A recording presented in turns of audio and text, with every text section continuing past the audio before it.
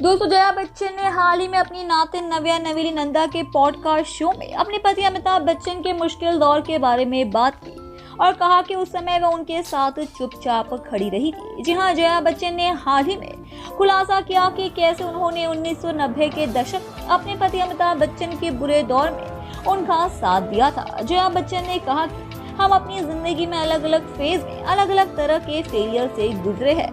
हमने एक साथ उनका सामना किया। मुझे नहीं पता कि मैंने सही काम किया या गलत, लेकिन ये भी अच्छा है कि जब कोई आदमी इस तरह के दौर से गुजर रहा हो तो बस साथ रहना पर चुप रहना अच्छा होता है, बजाय इसके कि आप क्रिप करते रहे, गुस्सा करते रहे।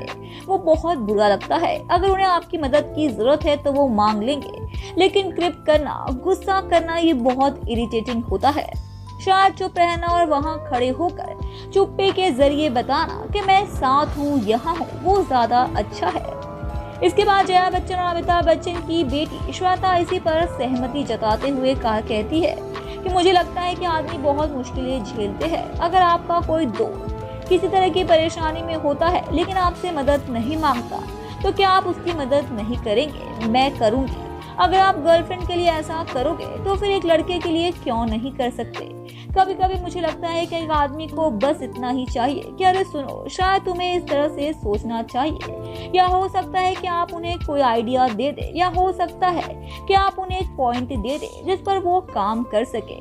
मैं तो आगे बढ़कर मदद करना चाहूंगी क्योंकि मैं प्रॉब्लम सॉल्वर हूँ।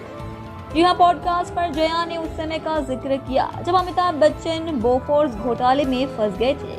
उस समय उन्हें कई मुश्किलों का सामना करना पड़ा था। उस समय उनका करियर भी कुछ खास नहीं चल रहा था।